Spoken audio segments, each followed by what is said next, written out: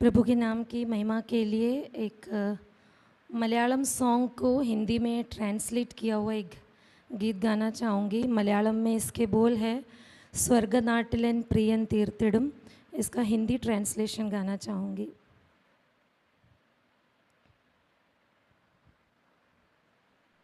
तुझसे मिलने की आमीनीशु तू जल्दी आ, स्वर्ग राज्य में मेरा भवन जो मेरी प्रिय ने बनाया, स्वर्ग राज्य में मेरा भवन जो मेरी प्रिय ने बनाया।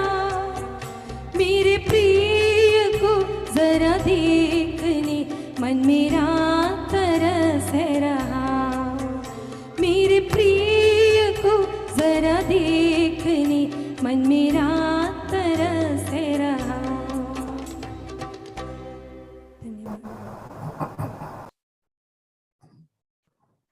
सबों को जय मसीह की। आज रात के समय जुड़े हुए सभी परमेश्वर के दासों को, कलीसिया के प्राचीनों को, सभी विश्वासी परिवारों को प्रणाम, नमस्कार और फिर एक बार इस बाइबल अध्ययन श्रृंखला में आपका स्वागत है। और इस अवसर को दिए हुए जिम्मेदार कलीसियाओं को और भाइयों को मैं बहुत बहुत शुक्रगुजार करता हूं।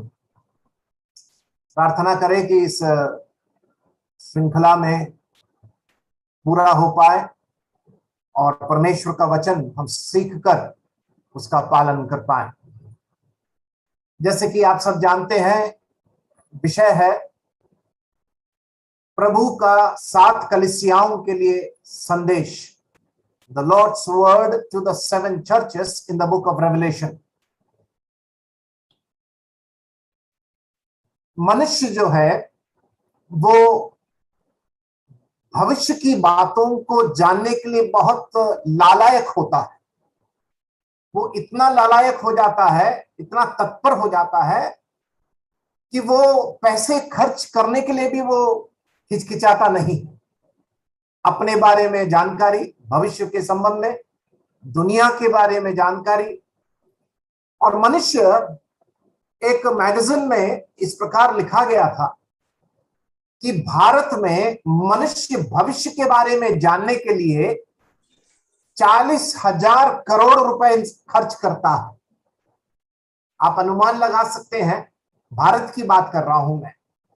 जो तांत्रिक लोगों के पास, हाथ देखने वालों के पास और एस्ट्रोलॉजर्स के पास, भविष्य की बातों को बताने वालों के पास ये मनुष्य पैसे देकर भारत देश में एक साल में 40,000 करोड़ रुपए मनुष्य खर्च करता है भविष्य की बातों को जानने के लिए। अगर कोई ग्रंथ, शास्त्र, किताब आधिकारिक रूप से जो भविष्य के बारे में कहता है तो हमारा पवित्र शास्त्र बाइबल है, जो एकदम सटीक परमेश्वर के कार्यकारिणी के आधार पर बात करने वाला अगर कोई किताब है, ग्रंथ है, शास्त्र है, तो वह पवित्र बाइबल है। और इस बाइबल के नए नियम के आखिरी किताब, जिसको हम यूहन्ना का प्रकाशित वाक्य का किताब बोलते हैं, यूहन्ना का प्रकाशित वाक्य, जो भविष्य की बातों में, भविष्य बातों संबंधित हमें ज्ञान प्रकाश देने वाला किताब है। और इसलिए ये किताब प्रकाशित वाक्य जो है भविष्य के संबंध में एकदम सटीक, एकदम सही, एकदम शुद्ध हमें जानकारी देता है। और इसलिए इस किताब का अध्ययन करना अति आवश्यक है, अति आवश्यक है। इसका लिखने वाला हम जानते हैं यूहन्ना है, जिसने यूहन्ना रचित सुसमाचार पहला, दूसरा और तीसरा यूहन्ना की पत्री लिखा। और ये यूहन्ना प्रेरित का 5वां किताब है। तो यूहन्ना ने 5 किताब लिखे, यूहन्ना रचित सुसमाचार, पहला यूहन्ना, दूसरा यूहन्ना, तीसरा यूहन्ना और यूहन्ना का प्रकाशित वाक्य। ये लिखने का स्थान वो पतमोस द्वीप, द आइलैंड ऑफ पतमोस कहते हैं। पतमोस द्वीप में यूहन्ना ने परमेश्वर से प्रकाशन और दर्शन प्राप्त करते हुए इस किताब को लिखा। और यह किताब जो लिखा गया था एडी ईसा पूर्व 95 और 100 के बीच में, ईसा पूर्व 95-100 के दरमियान ये किताब लिखा गया था। परंतु एडी 95-100 में इसकी पूर्तिकरण होने के बाद 18 सदी तक इस किताब में ज्यादा अध्ययन किसी ने नहीं किया। आप सोच सकते हैं 18 सेंचुरी तक, 18 सदी तक प्रकाशित वाक्य की किताब में अध्ययन ज्यादा नहीं हो पाया। 19वीं सदी में इस किताब में परमेश्वर के महान पंडित लोग इस किताब में अध्ययन करना शुरू किए। It was in the 19th century the Lord's servant started studying this book। आप सोच सकते हैं कि इतना लंबा समय प्रकाशित वाक्य में ज्यादा अध्ययन नहीं हुआ था। परंतु आज लाइब्रेरी में प्रकाशित वाक्य के संबंध में बहुत सारे किताब हमें उपलब्ध है। इस किताब को अध्ययन नहीं करने के बहुत सारे कारण हैं। कुछ लोग सोचते हैं ये तो यूहन्ना ने स्वप्न देखा था, इसलिए स्वप्न के बारे में अध्ययन क्यों करना है, it was only a dream for John. कुछ लोग सोचते हैं इस किताब में बहुत चिन्ह है, रूपक अलंकार, सिंबल्स है, और इसलिए इसको पढ़ना बहुत कठिन है, इसलिए पढ़कर शुरुआत तो करते हैं लेकिन पढ़ने में रुचि नहीं रखते हैं। यह सही बात है, साधारण लोगों के लिए समझना बहुत कठिन किताब है और इसलिए इस किताब को नजरअंदाज किया जाता है। परंतु जब हम इस किताब का अध्ययन करना शुरू करते हैं, आज हम इस बात को देखते हैं कि दूसरा अध्याय और तीसरे अध्याय में जो एशिया माइनर के 7 कलीसियाओं के लिए जो दूत प्रभु ने दिया, उसको उसमें जाने के पहले अध्याय में हमें इसकी भूमिका को बांधनी पड़ेगी। आप प्रकाशित वाक्य को, किताब को, पहले अध्याय को अगर नहीं समझेंगे तो प्रकाशित वाक्य के किताब को नहीं समझ पाएंगे। इसलिए प्रकाशित वाक्य के किताब को समझना है तो पहले अध्याय को समझना बहुत जरूरी है, तभी हम 2, 3 और अन्य अध्यायों में हम जा सकते हैं। 6 कारण मैं बताना चाहता हूं इस किताब के अध्ययन की आवश्यकता के प्रति। 6 रीजंस, 6 कारण जो मुख्य है, जो हमें आज इस किताब के अध्ययन के लिए हमें मजबूर करता है। पहला कारण, आइए हम पढ़ते हैं प्रकाशित वाक्य की किताब, उसका पहला अध्याय, उसकी पहली आयत। किसी को आप पढ़ने के लिए नियुक्त करें तो अच्छा होगा, अगर मैं नहीं पढ़ पाऊं। पहला अध्याय, उसकी पहली आयत। यीशु मसीह का प्रकाशित वाक्य जो उसे परमेश्वर ने इसलिए दिया कि अपने दासों को वे बातें जिनका शीघ्र होना अवश्य है दिखाए, और उसने अपने स्वर्गदूत को भेजकर उसके द्वारा अपने दास यूहन्ना को बताया। सबसे पहला कारण इस किताब को अध्ययन करने के लिए है, वो है कितना लाजवाब शुरुआत किया इस किताब का। What a starting for this book। इस किताब की शुरुआत देखिए, यीशु मसीह से शुरू हुआ है। आप अन्य किताबों के तरह इसकी शुरुआत नहीं हुई है, पत्रियों के समान इसकी शुरुआत नहीं हुई। यूहन्ना की शुरुआत करने का तरीका देखिए। पहला कारण इस किताब को पढ़ने के लिए, पहला कारण यीशु मसीह का प्रकाशित वाक्य है। It gives us the revelation of Christ. आज सुनने वालों में से ऐसे कितने लोग हैं जो ये कहना चाहते हैं कि मुझे यीशु मसीह के बारे में जानना है, यीशु मसीह का प्रकाशन चाहिए, यीशु मसीह का ज्ञान चाहिए, यीशु मसीह की समझ चाहिए, यीशु मसीह की पहचान के साथ मेरी पहचान होनी चाहिए। आज कितने लोग इस बात के लिए लालायक होते हैं, Who is Christ and I want to know this Christ। मैं इस यीशु मसीह के प्रकाशन को जानना चाहती हूं या जानना चाहता हूं। पहला कारण यीशु मसीह का प्रकाशन।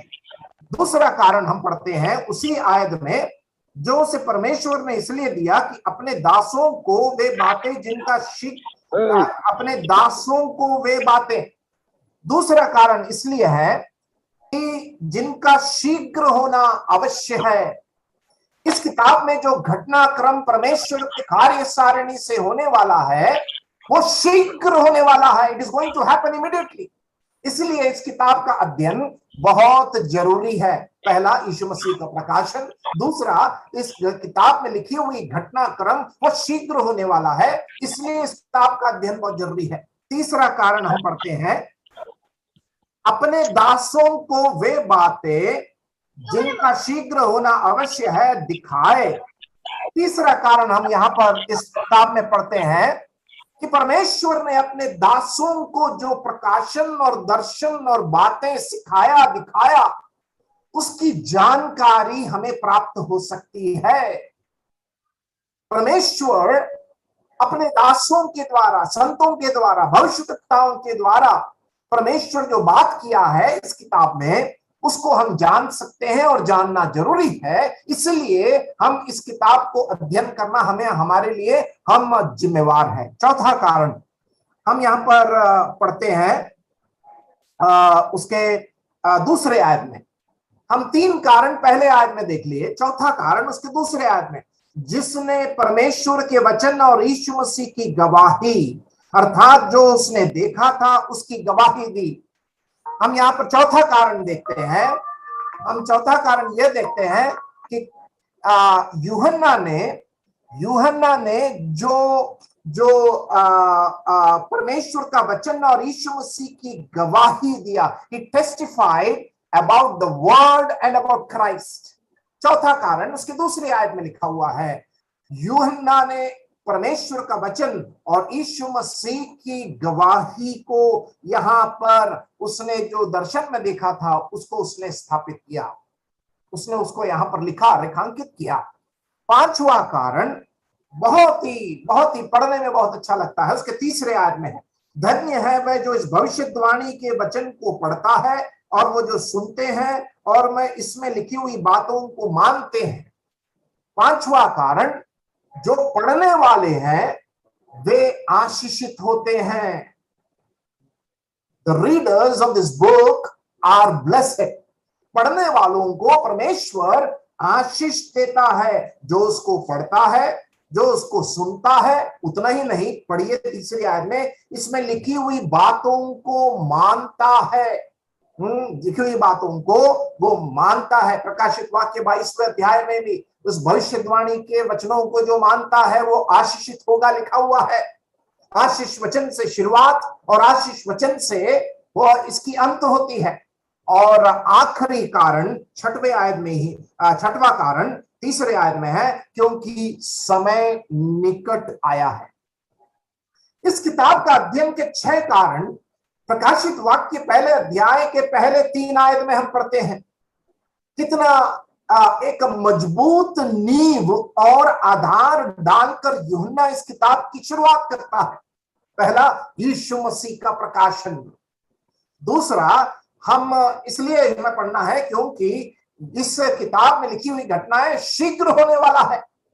इस बात को कहने से शायद गलत ना हो, इन दिनों के हम संसार की गतिविधियों को और चिन्हों को और परमेश्वर के कार्य सारणी को जब हम देखते हैं कि इस पीढ़ी में ही शायद इस किताब में लिखी हुई घटनाओं की पूर्तिकरण हो सकती है। जैसे C.I. स्कॉफिल्ड साहब ने कहा, whatever is written in this book, it is for this generation।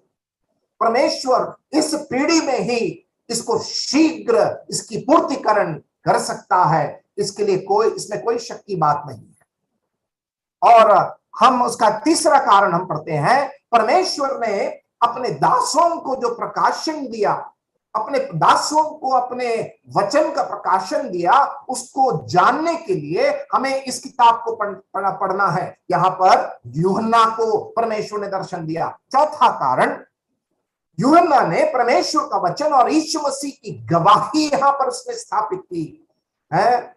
यूहन्ना ने इधर उधर से सुनकर इस किताब में कुछ नहीं लिखा, अखबार पढ़कर, इतिहास पढ़कर, दर्शन शास्त्र के किताबों को पढ़कर, प्रकाशित वाक्य में उसने अपनी बुद्धि का इस्तेमाल कर कर नहीं लिखा।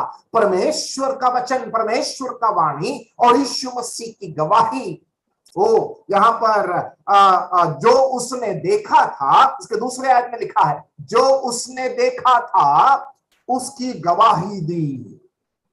ये बहुत अहम बात है। यूहन्ना ने अपनी मनगढ़ंत बातों को नहीं लिखा इसमें।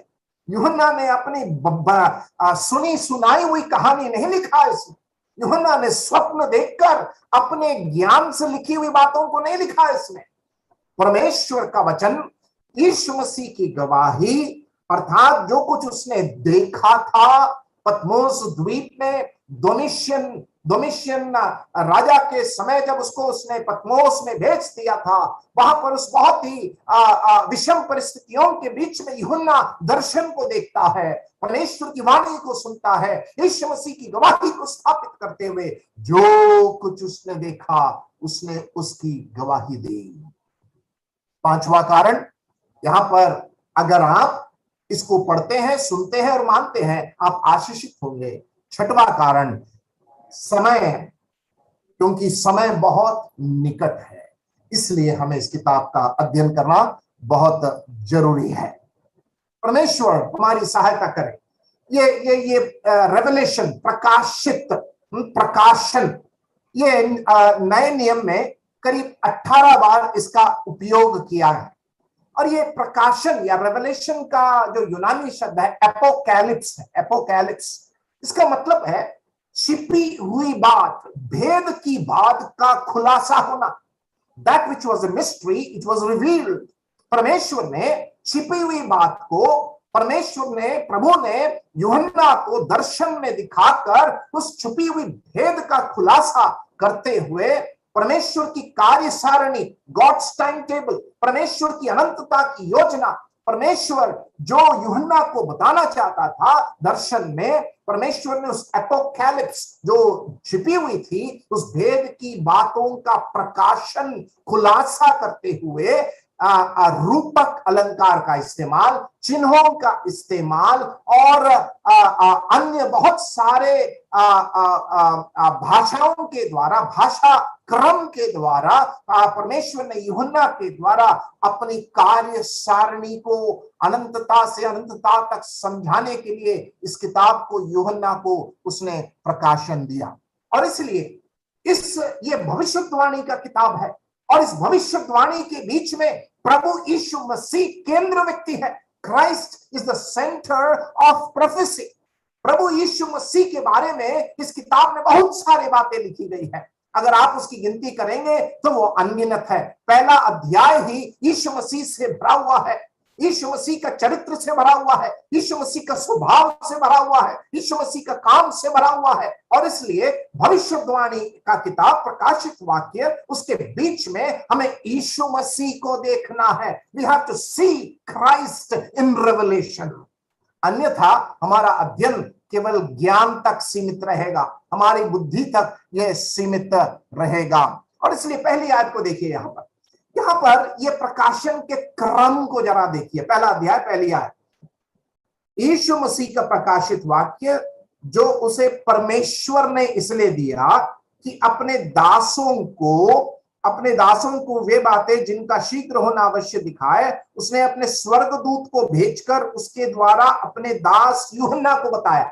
अगर इंग्लिश में उस क्रम को देखेंगे तो इस प्रकार है, यीशु मसीह का प्रकाशित वाक्य। तो इसका मतलब ये भविष्यवाणी किताब में हमें, मुझे और आपको यीशु मसीह को देखना है। देखो यूहन्ना का मुख्य उद्देश्य क्या है। यूहन्ना यहाँ पर परमेश्वर की कार्य सारणी, संसार का अंत कैसे होगा, नया यरूशलेम, नया स्वर्ग, नई पृथ्वी का निर्माण, ये सारी बातें, नरक का वो प्रकाशन, नरक के बारे में चेतावनी, इन सारे बातों को समझाते हुए यहां पर यूहन्ना इस प्रकाशन में, पतमोस द्वीप में जब उसे प्रकाशन मिला, यूहन्ना का मुख्य उद्देश्य क्या है, इस भविष्यवाणी के किताब में यीशु मसीह को दिखाएं, टू सी क्राइस्ट। और इसलिए इस भविष्यवाणी की किताब में हमें यीशु मसीह को देखने की कोशिश करना है, यीशु मसीह की आवाज को सुनने की कोशिश करना है। इसलिए वो लिखता है यीशु मसीह का प्रकाशित वाक्य जिसको परमेश्वर ने, तो सबसे पहले ये प्रकाशन परमेश्वर ने है। जब इंग्लिश के क्रम को देखेंगे, God through the angels he gives this revelation to John. परमेश्वर ने स्वर्गदूतों के माध्यम से यूहन्ना को यह प्रकाशन पहुंचाते हुए हम तक यह किताब, परमेश्वर के कार्य सारणी को समझाने के लिए आज हमारे हाथों में यह उपलब्ध है। और इसलिए जो उसको पढ़ेगा, जो उसे सुनेगा और जो उसको मानेगा, वो धन्य कहा जाएगा। अगर नहीं तो क्या है इसका परिणाम? अगर नहीं तो इसका परिणाम क्या है? उसके 21वें अध्याय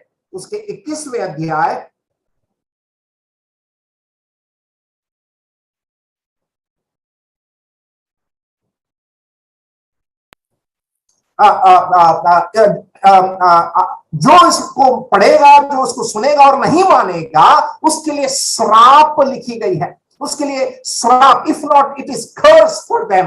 तो इसलिए पढ़ना, सुनना, मानना हमारे लिए एक धन्य बात कही गई है। लेकिन दूसरी तरफ इस किताब के लिए बहुत सारे आलोचक भी है, maximum criticisers in this world. आइए हम निकालेंगे नीति वचन 30वां अध्याय, उसके 6वीं आयत, Proverbs chapter 30 and verse 6। कृपया इसको पढ़ें। नीति वचन उसका 30वां अध्याय, उसकी 6वीं आयत।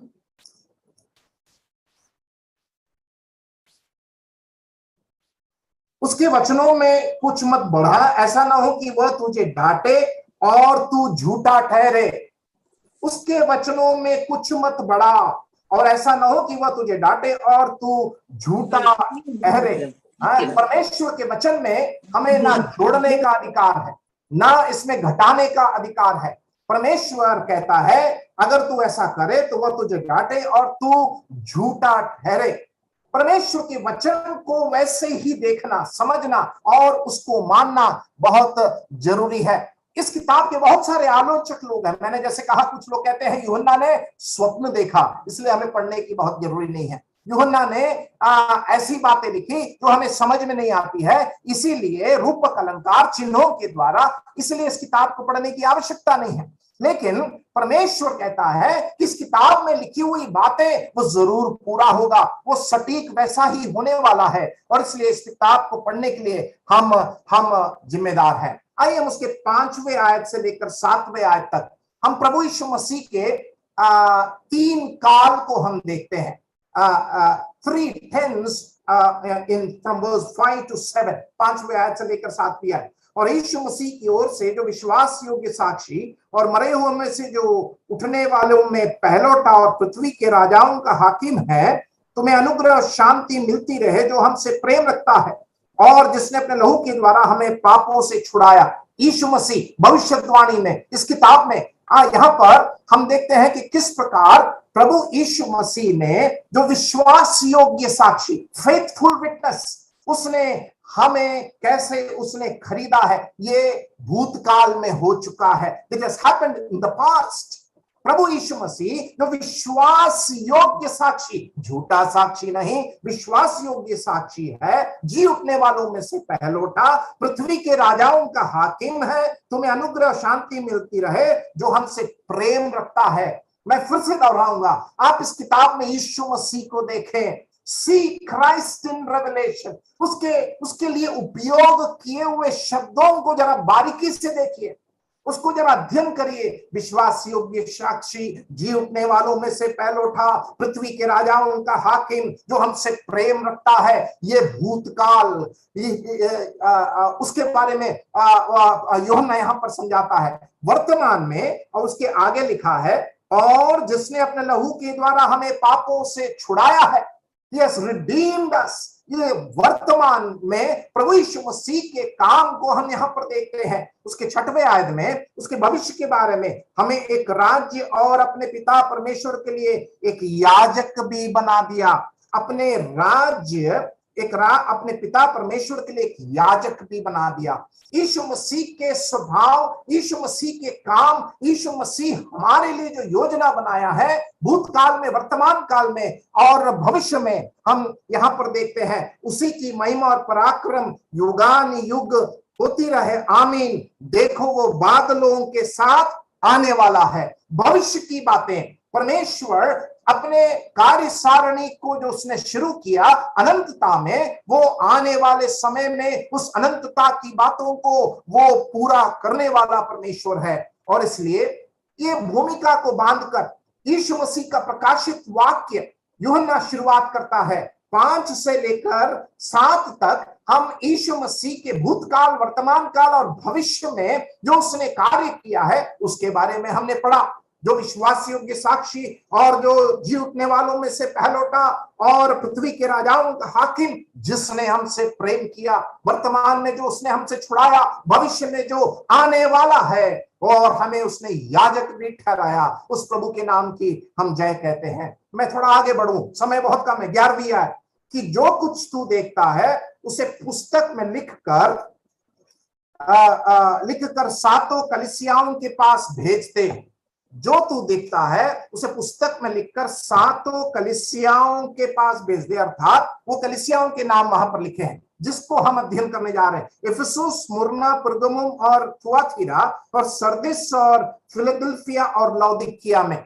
हम इन दिनों में सातों कलीसियाओं के लिए प्रभु ने जो संदेश दिया उस पर हम अध्ययन करेंगे। उसका एक प्रायोगिक चित्रीकरण हम देखेंगे जो हमारे लिए लाभदायक है कि जो कुछ तू देखता है उसे पुस्तक में लिखकर सातों कलीसियाओं को भेज दे। पहला कलीसिया है एफिसस की कलीसिया।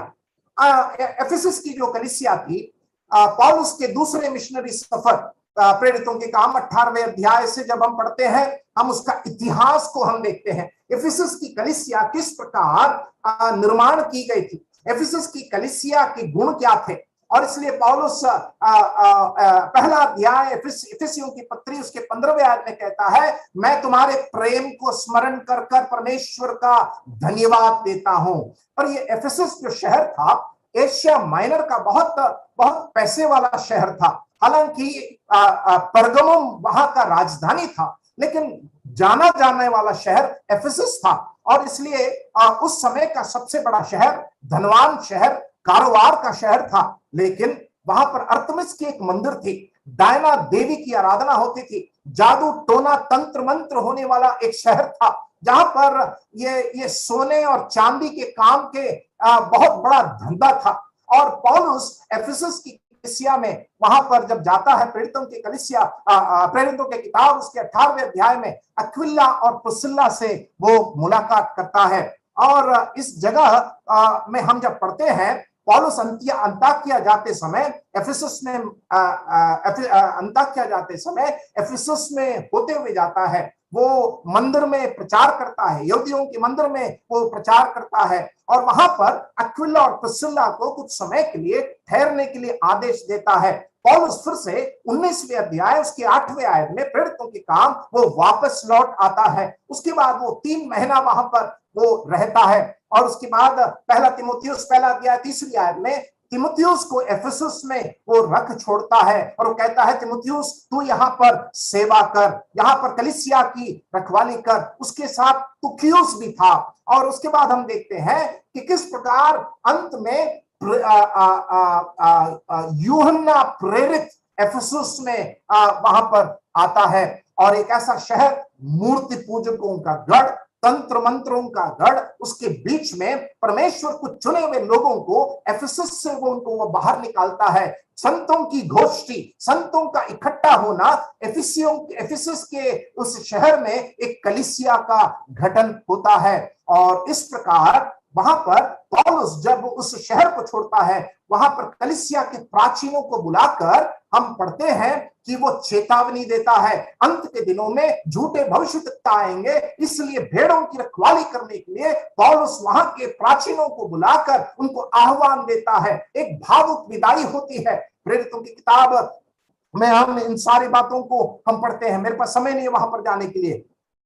अब हम एफिसस की कलीसिया की जो संदेश है उस पर हम जाएंगे। दूसरा अध्याय प्रकाशित वाक्य उसका दूसरा अध्याय, उसका 1 से लेकर 7 तक हम यहां पर देखेंगे।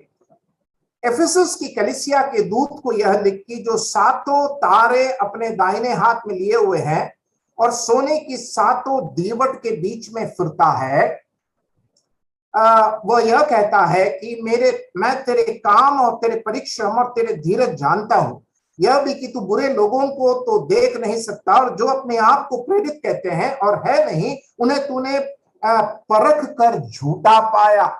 पहली आयत, सातों तारे। यहां जो सातों तारे क्या है? 7 स्टार्स। यहां पर जो 7 तारे हैं, ये 7 कलीसिया के दूतवाहक है। The messengers representing 7 churches. ये जो 7 तारे हैं, ये 7 कलीसियाओं के दूतवाहक है।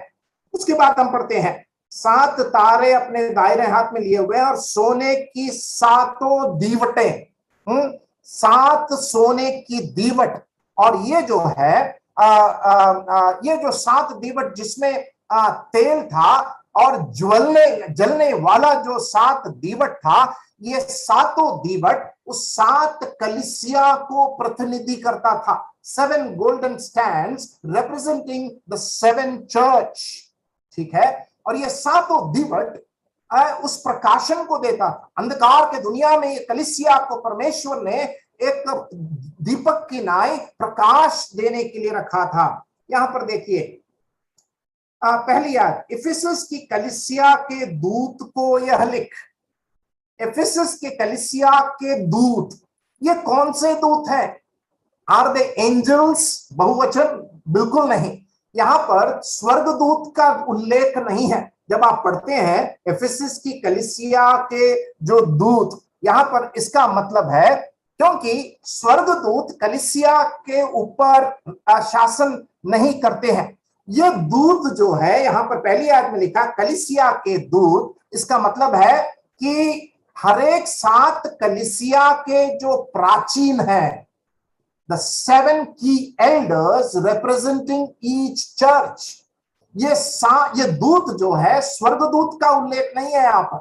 हम उसको गलत ना समझें, ठीक है, क्योंकि यहां पर उस प्रकार अगर अध्ययन करेंगे तो हमारे बहुत सारे डॉक्ट्रिन गलत हो जाएंगे, उपदेश गलत हो जाएंगे। यहां पर जो दूत है, वो 7 कलीसियाओं के प्रतिनिधि करने वाले जो प्राचीन है, उसको वह दिखाता है। तो एक पहला शब्द क्या है? दूत।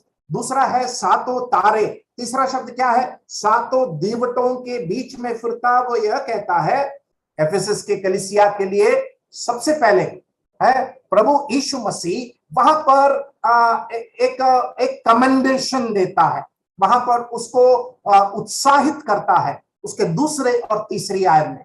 ठीक है, दूसरे और तीसरी आयत में is commending the Ephesian church।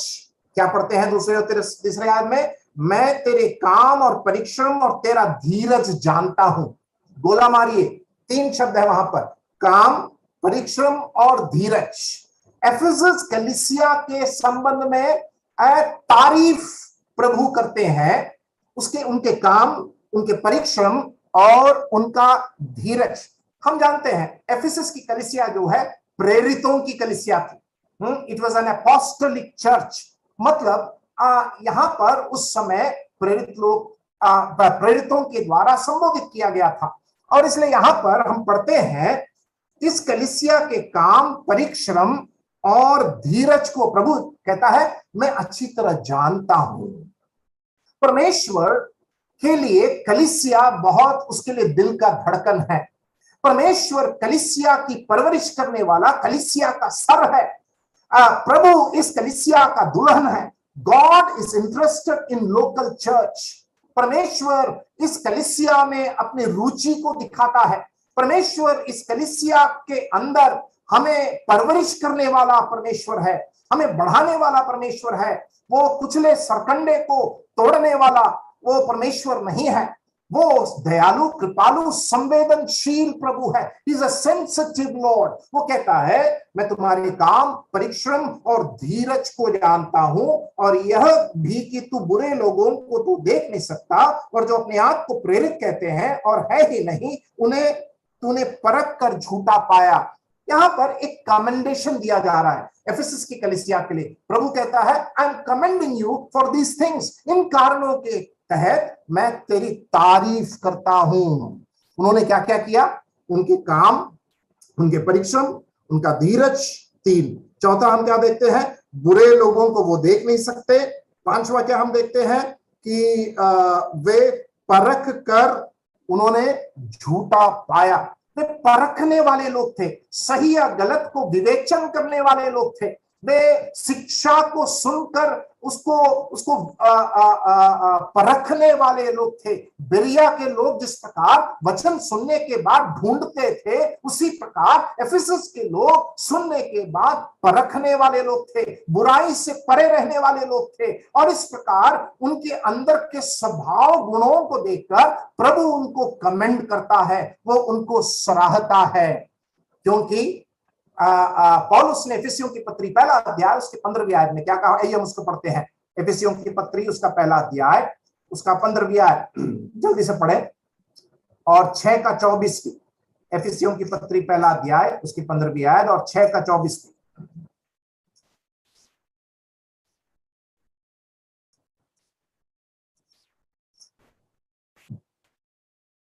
इस कारण मैं भी उस विश्वास का समाचार सुनकर जो तुम लोगों में प्रभु यीशु मसीह पर है, सब पवित्र लोगों पर प्रकट है। तुम्हारा विश्वास का समाचार सुनकर पौलुस वहां पर एफिसस की कलीसिया के विश्वासियों के विश्वास के बारे में कहता है। 6वां अध्याय निकालिए, उसका आखिरी आयत, 6वां अध्याय एफिसियों की पत्री 6वां अध्याय उसकी आखिरी आयत में हम क्या पढ़ते हैं, 24वीं आयत, जो हमारे प्रभु यीशु मसीह से सच्चा प्रेम रखते हैं उन सब पर अनुग्रह होता रहे। सच्चा प्रेम रखते हैं। एफिसस के बारे में पौलुस ने उनके विश्वास और उनके प्रेम के बारे में कमेंट किया। उनको उस बात को कहकर वो कहता है कि मैं तुम्हारे विश्वास का समाचार सुनकर मैं प्रसन्न होता हूं। और यहां पर प्रकाशित वाक्य में इस एफिसस के कलीसिया के संबंध में प्रभु कहता है, तुम्हारे काम, तुम्हारे परिश्रम, तुम्हारे धीरज को मैं जानता हूं, और तुम बुरे लोग मतलब झूठे शिक्षक, झूठे भविष्यवक्ता, झूठी शिक्षा को वो कभी ग्रहण नहीं कर सकते, और जो अपने आप को प्रेरित कहते हैं और है ही नहीं, झूठे प्रेरित जो अपने आप को प्रेरित घोषणा करते हैं और है ही नहीं, उन्हें तू परख कर झूठा पाया।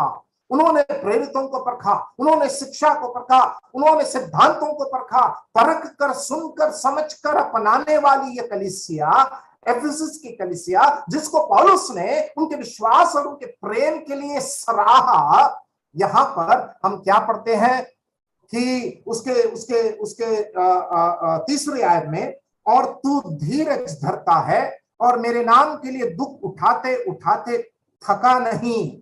ये कलीसिया के बारे में और हम क्या पढ़ते हैं, तू धीरज धरता है और मेरे नाम के लिए दुख उठाते उठाते थका नहीं।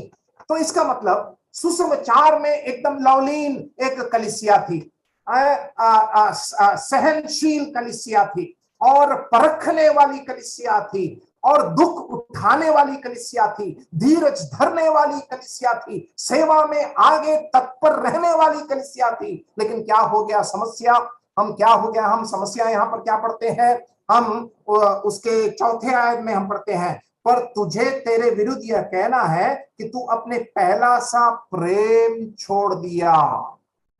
सबसे पहले commendation, and number 2 verse 4 condemnation. यहां पर प्रभु निंदा करता है, पहले सराहता है, दूसरी आयत और तीसरी आयत, लेकिन 4थे आयत में प्रभु उनको थोड़ा निंदित करता है। पर मुझे तेरे विरुद्ध यह कहना है कि तूने अपना पहला सा प्रेम छोड़ दिया। निकालेंगे पहला थिस्सलुनीकियों पहला अध्याय। थिस्सलुनीकियों की कलीसिया एक प्रसिद्ध कलीसिया थी, पहला अध्याय उसके तीसरी आयत। थिस्सलुनीकियों जो कलीसिया थी वो एक प्रसिद्ध कलीसिया थी। अगर नमूनात्मक कलीसिया के बारे में अध्ययन करना है तो थिस्सलुनीकियों की कलीसिया का अध्ययन करिए, पहला अध्याय उसका तीसरी आयत, फर्स्ट थिस्सलुनीकियंस चैप्टर 1 वर्स 3। और अपने परमेश्वर और पिता के सामने तुम्हारे विश्वास के काम, प्रेम का परिश्रम और प्रभु यीशु मसीह में आशा की धीरता को लगातार स्मरण करते हैं। देखिए एफिसस की कलीसिया के बारे में प्रभु ने क्या कहा, थिस्सलुनीकियों की कलीसिया में पौलुस क्या प्राप्त करते हुए लिखता है, थिस्सलुनीकियों की कलीसिया में लिखता है विश्वास के काम। एफिसस की कलीसिया प्रकाशित वाक्य 2 अध्याय 2 आयत में वहां पर लिखा है तेरे काम। थिस्सलुनीकियों की कलीसिया में क्या लिखा है, विश्वास के काम लिखा हुआ है। ठीक है, उसके बाद हम पढ़ते हैं पहला थिस्सलुनीकियों पहला अध्याय 3 आयत, प्रेम का परिश्रम। एफेसस की कलीसिया में क्या लिखा है? केवल परिश्रम लिखा हुआ है। पहला थिस्सलुनीकियों पहला अध्याय 3री आयत में क्या पढ़ते हैं? आशा की धीरता लिखा हुआ है। एफेसस की कलीसिया के बारे में क्या लिखा है? केवल धीरज लिखा हुआ है। आपने इस तुलना को देखा? एफेसस के बारे में काम, परिश्रम और धीरज शब्द का इस्तेमाल है, लेकिन थिस्सलुनीकियों की कलीसिया में हम क्या पढ़ते हैं? विश्वास का काम। किसका काम? विश्वास का काम, प्रेम का परिश्रम और आशा का धीरज लिखा हुआ है। That is the commendation of Thessalonian church. किसका काम? विश्वास का काम। किसका परिश्रम? प्रेम का परिश्रम। किसकी धीरता? आशा की धीरता। ये था थिस्सलुनीकियों की कलीसिया। एफेसस की कलीसिया में जब हम आते हैं, उन्होंने सब काम किया, परिश्रम किया, धीरज रखा है, मसीह के लिए मेहनत किया, लेकिन मसीह से दूर हो गए। They worked for Christ, but they neglected Christ. ये मसीही जीवन में हो सकता है। मैं और आप मसीही कहलाने वाले, घमंड से मसीही होकर दावा करने वाले, हम मसीह के लिए मेहनत कर सकते हैं, फिर भी मसीह से दूर रह सकते हैं। हम मसीह के वचन को पढ़ सकते हैं, फिर भी मसीह की पहचान में नहीं बढ़, शायद ना बढ़ पाए। मसीह के गीत को गा सकते हैं, फिर भी हम सांसारिक हो सकते हैं। It is possible. और ये किसका लक्षण है? मसीही जीवन में पीछे हटने का लक्षण। जहां पर आप मसीह संबंधित गतिविधियों को करते हैं, फिर भी आप मसीह को जान नहीं पा रहे हैं। आप मसीह संबंधित सारे कामों को कर रहे हैं, फिर भी मसीही विश्वास में शायद ना बढ़ पाए। एक बहुत बड़ा विरोधाभास लग सकता है, लेकिन स्टिल इट इज पॉसिबल। इसीलिए मैं इस प्रकार प्रचार करता हूं, अगर आप प्रभु यीशु मसीह के साथ व्यक्तिगत संबंध में विफल हो गए, जीवन के हर क्षेत्र में आप विफल हो गए। If you fail in the relationship with Christ, you fail everywhere in your life. आप अपने पति के संबंध में फेल हो जाएंगे, अपनी पत्नी के संबंध में फेल हो जाएंगे, आप अपनी कलीसिया में फेल हो जाएंगे, विफल हो जाएंगे, हर क्षेत्र में विफल होंगे। मसीह के साथ का संबंध एक मसीह के लिए सबसे सर्वोपरि है। हम सब कुछ कर सकते हैं, परिश्रम कर सकते हैं, हम प्रयास कर सकते हैं, प्रचार कर सकते हैं, गीत गा सकते हैं। We can do all these things and still be away from Christ. इन सारे कामों को करने के बाद भी हो सकता है कि मैं कहीं निशाने से अभी भी चूक रहा हूं। प्रभु यीशु मसीह ने एफेसस की कलीसिया से यही कह रहा था। थिस्सलुनीकियों में विश्वास का काम था, एफेसस में केवल काम था। थिस्सलुनीकियों में प्रेम का परिश्रम था, एफेसस में केवल परिश्रम था। थिस्सलुनीकियों में आशा की धीरता थी, एफेसस में केवल धीरता थी। वे कर तो रहे थे, लेकिन निशाने से चूक रहे थे। निशाना था मसीह। They were missing Christ. सुना आपने? मैं और आप भी इस निशाने से चूक सकते हैं मसीह जीवन में। चूक कर धीरे धीरे एक दिन पता भी नहीं चलेगा कि आप पीछे हटे हुए, पिछड़े हुए मसीही हैं। Backslidden Christian because you never focused on Christ. कभी भी मसीह के ऊपर केंद्र बिंदु नहीं लगाया। मसीह के अन्य चीजों पर शायद हमने अपना केंद्र बिंदु बनाया। प्रभु क्या कहता है 2 और 3 में? ये सब की बात को मैं सराहता हूं। आई अप्रिशिएट, मैं सारी बात को सराहता हूं, परंतु चौथी आयत, पर मुझे तेरे विरुद्ध यह कहना है कि तूने अपना पहला सा प्रेम छोड़ दिया। You left first love. पति पत्नी के पहला शादी को आपने देखा, शादी के पश्चात पहला प्रेम को देखा है? माफ करना, पहला प्रेम, शादी के पश्चात पहला प्रेम। पति एकदम उसके पैरों में गिर जाता है, हाँ मेरी जान, मैं कुछ भी करने तैयार हूं, तू बोल, मैं अभी तहां मौजूद। पत्नी बोलती है, तू मेरी जान, तू मेरा जान, मैं कुछ भी करने तैयार हूं। पहला प्यार, पहला काम, पहला परिश्रम, पहला प्रयास। आपने देखा है 1 साल का हनीमून खत्म हो जाए, उसके बाद क्या बोली, सुना नहीं मैं।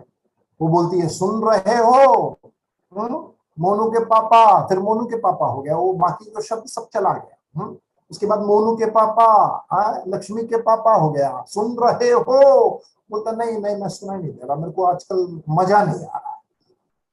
पहला प्यार, the first love is lost. समस्या। एफेसस की कलीसिया के बारे में, जिस विश्वास के बारे में, प्रेम के बारे में पौलुस ने सराहा, यहाँ पर प्रभु वहां को निंदा करते करता है, पर तेरे मेरे विरुद्ध में मुझे कुछ कहना है। वो क्या है? तूने पहला प्यार खो दिया।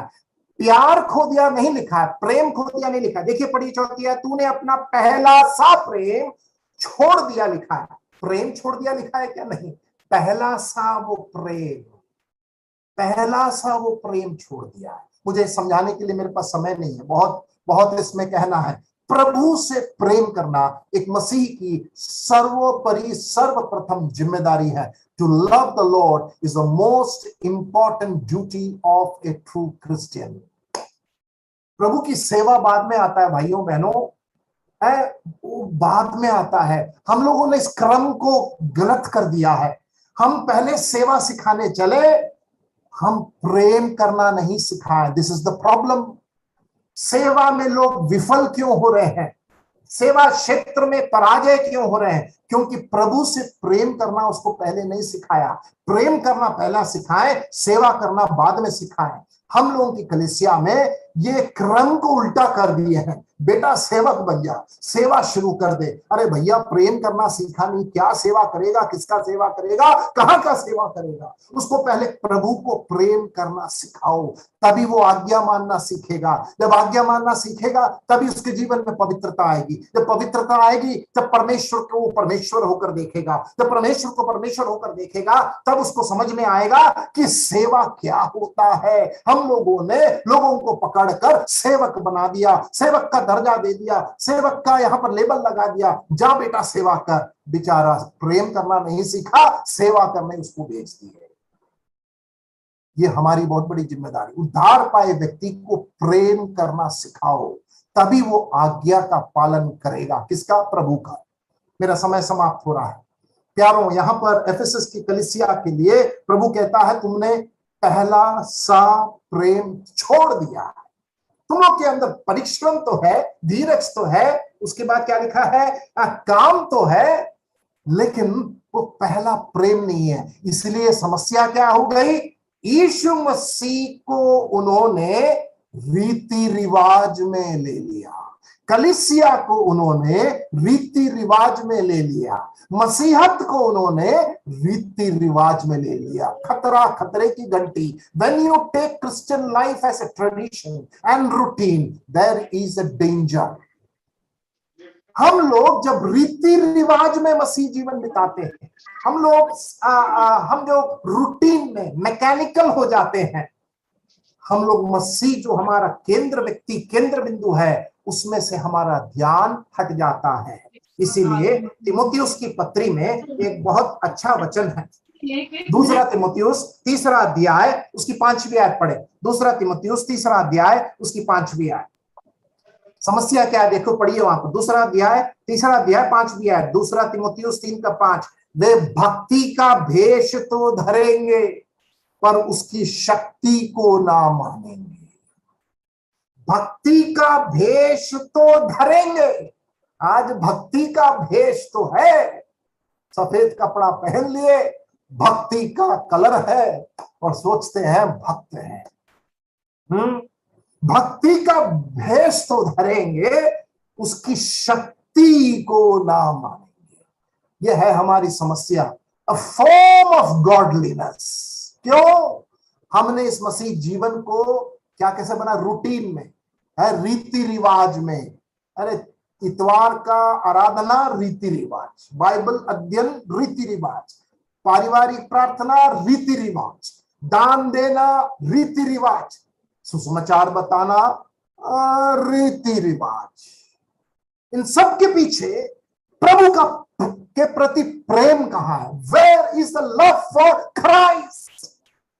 ये सारे काम उस प्रेम में विवश होकर, उस प्रेम में डूब कर, उस प्रेम में लालायक होकर, उस प्रेम में नशा प्राप्त कर कर, उस प्रेम में पागल होकर हमें इन चीजों को करना है।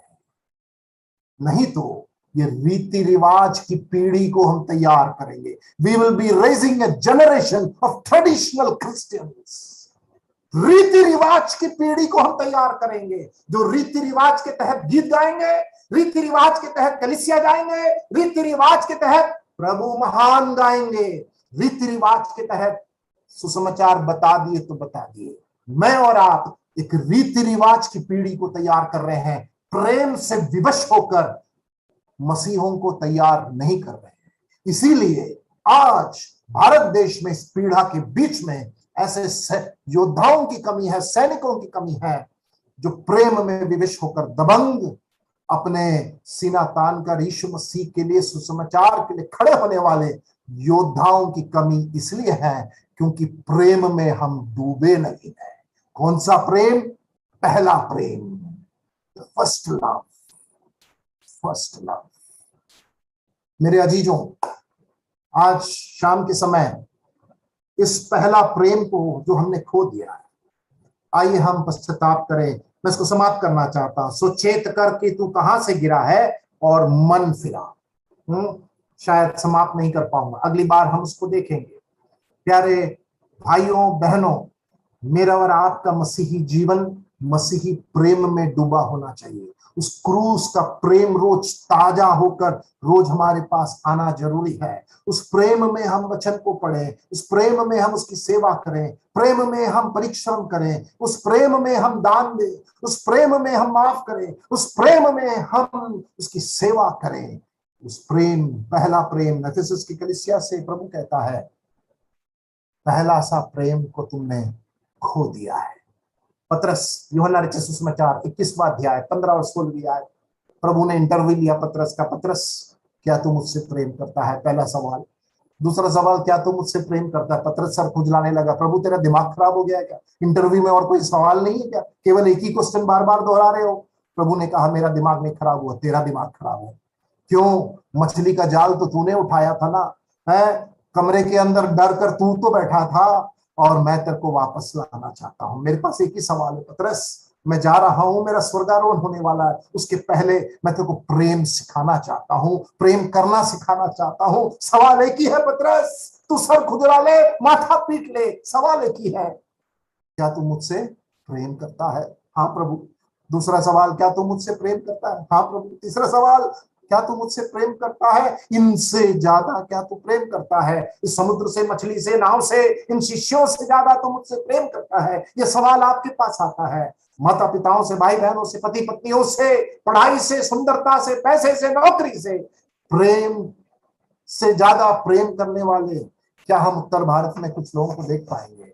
प्यारों, क्वालिफिकेशन नहीं, ज्ञान नहीं, परमेश्वर आज एक सवाल पूछ रहा है हमसे, तुमने कितना पढ़ाई किया, तुमने कितनी नौकरी की, तुम्हारे घर में कमरे कितने हैं, तुम कौन सा गाड़ी चलाते हो? ये प्रभु नहीं पूछ रहा है। प्रभु पूछ रहा है, क्या तुम मुझसे प्रेम में, प्रेम से मुझसे प्रेम करते हो?